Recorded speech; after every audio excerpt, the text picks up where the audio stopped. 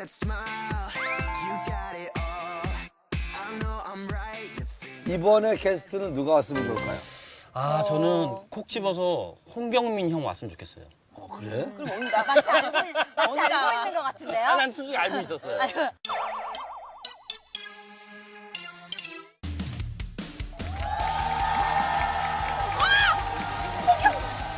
경빈이 갔다!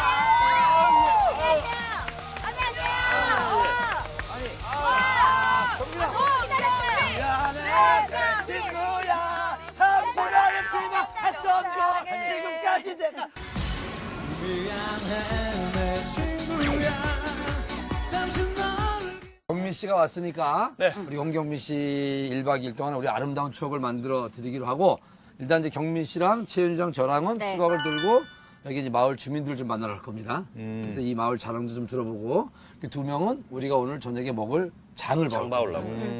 부엌이 옛날 부엌 그대로 한번 들어보세요. 어머나, 야, 요즘도 이런 부엌이 있어. 들어보세요. 신기해. 아니, 어머니 지금 뭐 하시는 거예요, 여기서요? 떡을 쪄요? 떡을 집에서? 아니 이게 장작불로 이렇게 쪄야 이게 맛있나 봐요. 떡이 진짜지. 어머니 이게 혹시 그 떡씨예요? 이게? 잠시만. 아, 아 쑥. 쑥떡. 이걸로 떡을 만드는 걸. 넣어서 같이 쳐야 돼. 아, 이거를? 이게 뭐, 이게. 쑥이야 쑥. 아, 쑥떡. 아. 야, 그러니까 봐봐. 니들 치고 쭉쭉쭉쭉 문지르라고. 그것도 똑바로 못해? 다시 해봐. 진행 오랜만에 해요? 아니 진행 오랜만에 하시는 것 같은데.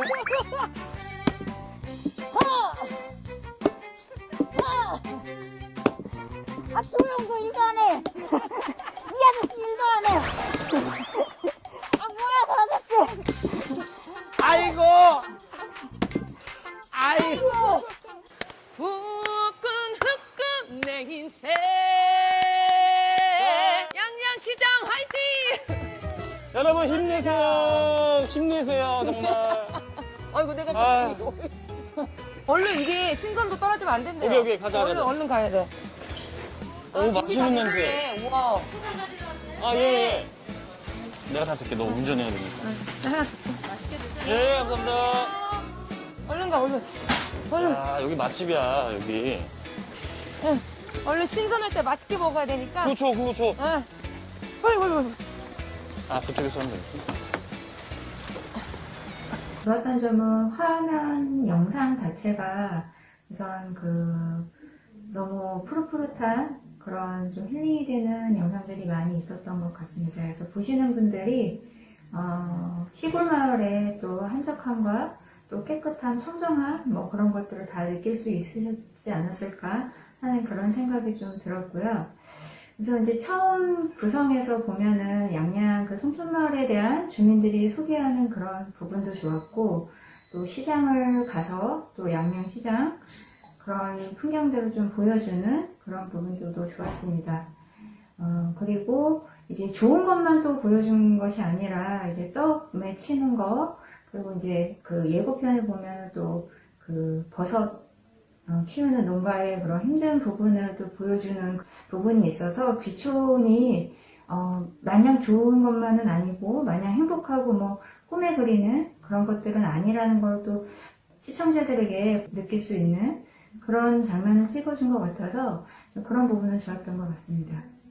제가 이 프로그램을 보면서 좋았던 점은 다채로운 색깔의 자막과 여러 가지 폰트들, 그리고 자막이 인물을 따라가는 듯한 트래킹 효과들까지 시청자들로 하여금 영상이 지루하지 않고 편안하게 시청할 수 있었던 점이 좋았던 것 같습니다. 자, 노래 한 거 해봐. 노래하면은 어머니 이거 옥수수 깎아주셔요. 한 1,000원만 깎아주셔요. 깎아주시는 딱 거예요? 1,000원만. 1,000원을 붙여줘야지. 그건 너무하다. 예? 그러면은 우리 그냥 가야겠다. 네. 우리 그냥 가야겠다. 예. 할 수 없다는데. 깎아주시네. 아니, 할 수 없대. 그냥 가래. 아, 가면 할 수 없는 거예요? 이야, 이거. 아, 노래 안 들으시면 평생 후회하실 텐데요? 뭐 그래. 텔레비전도 다 들으고 있어. 떡 맺혀서 지금 막 만들어 놓은 떡. 아버님 돈 낼 분이 자꾸 어디가 일로 와요? 아버님 이렇게 하면 안 어디 되죠? 가세요? 아버님 그럼 여기, 아야. 만 원만 줘요, 만 원만. 아버님 10,000원 주세요.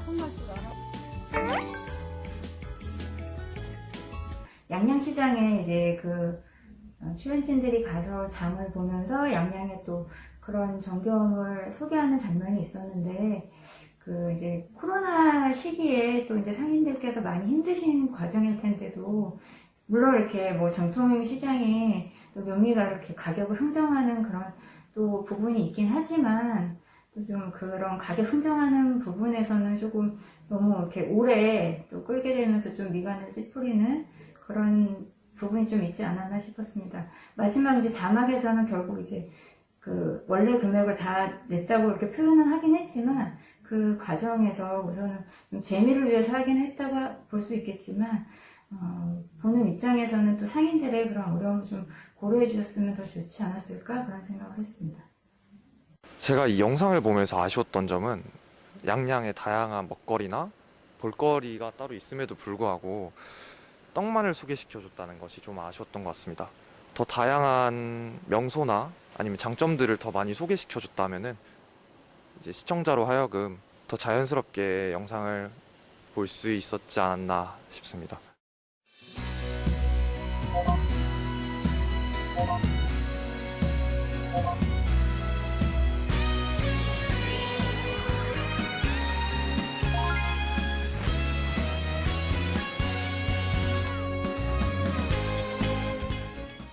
전통과 문화의 도시 강릉.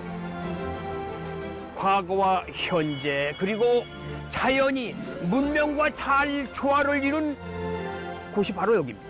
그래서 오늘 테마기행 기로는 강릉의 어제와 오늘 한번 돌아볼까 합니다. 문이 활짝 열려있는 이곳은 강릉 대도호부 관아라는 곳입니다. 관아의 정문격인 아문을 들어서면은 고을 수령이 주재하는 관청의 본건물 동원이 나옵니다. 이곳은 일제강점기 때 화재로 소실됐다가 지난 2014년 복원된 모습이지요. 여봐라! 왜 아무도 없느냐? 못 들었는데 쳐다보고만 있고. 마스크는 왜 썼느냐? 하긴 나도 썼는데 어떡하냐. 정동진 바다를 앞마당 삼아 산꼭대기에 아주 재밌는 공간이 서 있더군요. 바다와 산과 하늘이 마주한 곳, 지붕 없는 미술관. 예부터 동해 바다를 접경으로 나라를 지키던 성토가 있던 유서 깊은 고장 강릉. 지금은 힐링과 낭만의 공간으로 젊은이들의 사랑을 듬뿍 받고 있습니다. 자, 가벼운 아침 식사로는 초당 명물이 최고겠죠. 이거 먹는 방법이 있어요? 초당두부가? 어떻게 먹어야 맛있게 먹을 수 있어요? 초당두부는 이제 요걸 초두부라 그러는데, 초두부. 처음 이제 두부가 됐다 그래서 혹시 이제 순두부라고 말씀하시는데, 네네네. 근데 이제 처음 콩물이 바닷물을 만나서 이렇게 몽글몽글하게 뭉치면, 그렇죠. 처음 두부가 됐다 그래서 초두부라고 초두부. 이제, 네, 원래 이제 말씀하셔야 되는 건데, 요게 바닷물 간가 들어갔기 때문에, 네, 간간합니다, 이렇게. 그래서 요걸 먼저 맛을 보시고, 거기에 이제 맛에 따라서 이제 입맛에 따라서 요 간장간을 같이 해서 이렇게 드시면 네.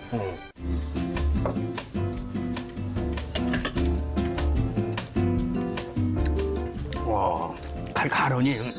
요건 또 전골은 전골대로 개성이 있잖아요. 약간 매콤한 거 좋아하실 분들 뭐 이런 거 선택하셔도 되고. 이번 테마 여행길 예향의 도시 강릉의 어제와 오늘 편에서는 KTX 개통 이후로 급격히 변해버린 현재 속에서 미처 보지 못하고 알지 못했던 강릉의 옛 모습을 보게 되어서 좋았습니다. 좋았던 점은 초당 두부를 먹으러 갔을 때 초당 두부를 맛있게 먹는 비법을 알려주었던 것과 초당 두부의 맛이 궁금했는데 어떤 맛인지 표현해 주어서 좋았습니다. 흔히 99칸이라는 말을 쓰잖아요. 그런데 이 선교장은 이를 뛰어넘었어요. 123칸 정도 된다고 하니까 와, 규모에 입이 떡 벌어지더구만요. 도연명의 그 귀고래사시 있죠. 예. 거기에 보면은 열 친척들이 모여가지고 정말 정담을 나눈다는 구절이 나옵니다. 그래서 네. 그 깃불 열자에다가 이야기한다는 그 화자. 네. 그걸 써서 여기서 가족들이 모여서 얘기하는 또 곳이다. 친구들도 오면 여기서 모여가지고 재밌는 얘기를 한다. 그래가지고 이제 열화당이라는 이름을 붙였습니다. 옛날에 강릉을 와보셨던 분들 한번 와보세요. 완전히 상전벽해입니다. 강릉만의 옛것과 현재의 관광지가 같이 공유되었던 것도 좋았다고 생각하지만 과거를 바탕으로 현재를 이루게 된 어떤 연결고리의 부재는 아쉬움으로 남았습니다. 강릉 중심에 있는 가나에서부터 아트월드까지의 거리를 설명해 주었다면 가나에서부터 아트월드까지의 거리가 먼지 가까운지를 알 수 있었을 텐데 말을 안 해주어서 아쉬웠던 것 같습니다.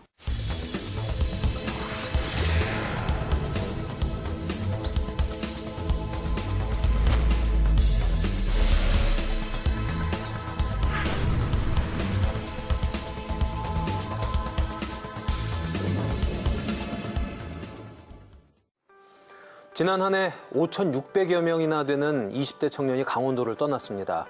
게다가 출생아 수도 급격히 줄어 이렇게 가다가는 강원도라는 행정구역 존립 자체에 큰 위기가 닥칠 수도 있습니다. 이 위기를 극복하기 위해서 어떻게 해야 될까요? 단지 청년 일자리를 늘리는 것이 해법일까요? 오늘 이슈 토크에서 해법을 알아보도록 하겠습니다. 먼저 오늘 함께 얘기 나눠주실 출연자부터 소개해드리겠습니다. 강원창조경제혁신센터 한종호 센터장 모셨습니다. 네, 강원도 청년 기본조례 전부 개정 조례안을 발의하신 허소용 강원도의회 의원 나와주셨습니다. 그리고 오늘 논의의 당사자이기도 한데요. 강원도로 이주해 청년 창업벤처를 운영하는 김지우 대표 나오셨습니다.